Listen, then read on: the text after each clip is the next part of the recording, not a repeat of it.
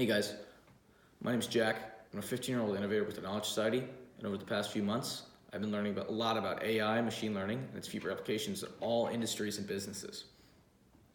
So in this video, I'd like to talk to you a little about RNNs and their basic frameworks and where they kind of lie in the larger machine learning umbrella, and then kind of go into what I was doing with them by predicting cryptocurrency prices. So before we dive in, I'd like to tell you a little about what neural networks are and kind of just what's made out of them before we, again, dive into what recurrent neural networks are. So for those of you who don't know, the very fundamental makeup of a neural network and the function of it is taking input, putting it in the form where it can be read and analyzed, and then adding subsequent layers for further analysis, and then taking all that analysis and answering a question, right? That's the very fundamental understanding of AI really and neural networks. And so the specific niche where recurrent neural networks or RNNs fall is in the analysis of sequential data, right? That can be cryptocurrency prices, public security prices, or just any data that's fundamentally reliant upon time, right? Say in a very visual sense, any data that can be represented by a graph, right? Or a graph with time on the x-axis, basically.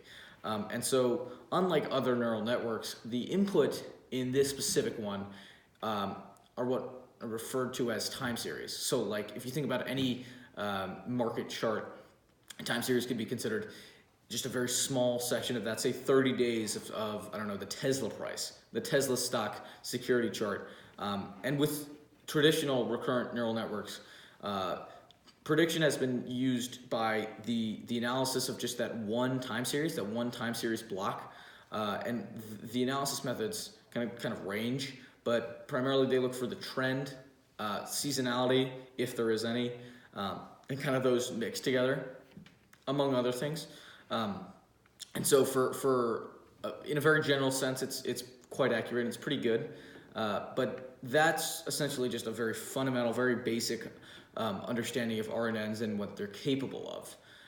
Of course, this has its limits. No day trader with 30 days or 30 days of knowledge of a certain security is not going to be able to predict an uptick or a downtick.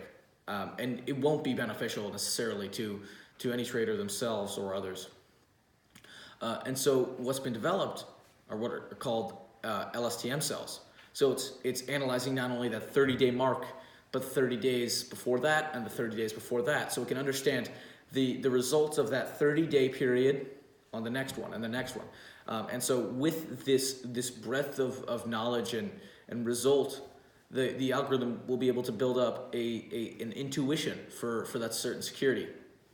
And so with that intuition, it will be able to predict the next 30 days. And after the 30 days, it will be able to understand whether or not that prediction was correct. And then, if you understand neural networks well, it will back propagate and it will improve that prediction and that analysis algorithm, hopefully to the utmost accuracy.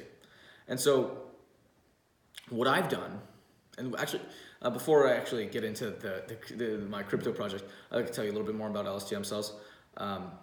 And so essentially what they're made out of is instead of having within the recurrent layer just a dense layer, which is what traditional recurrent layers added, just that 30-day period, it's a memory cell, right? So it remembers the analysis of the other time blocks. And so with subsequent time blocks, new values are generated, and these are fed into actually the same memory cell, and this is why it's called a recurrent network, because the output of a certain cell will predict the output of the next and the next, ultimately to the most accurate prediction. And so that's kind of the overview of LSTM cells, the fundamental understanding of RNNs.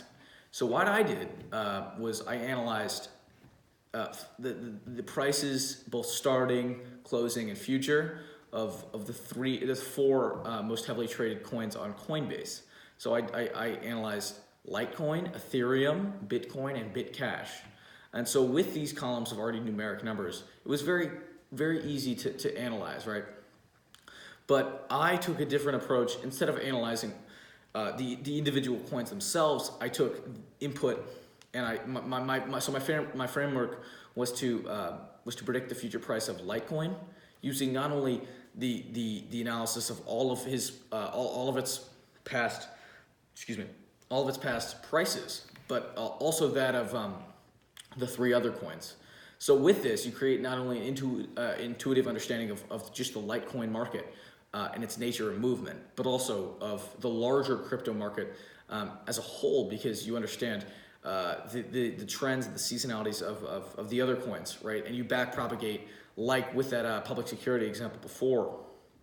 And with this, you're going to be able to build an algorithm that is the most accurate. And yeah, so that was, I hope that was a good overview of RNNs for you guys. Hopefully you have a good understanding of it. Definitely feel free to reach out to me through email and just comment below if you have any questions regarding the content of this video and my other content. And I hope if there is any concern, definitely message me about it. I hope there's not much, but I hope you guys have a good day. I hope you learned. So thank you.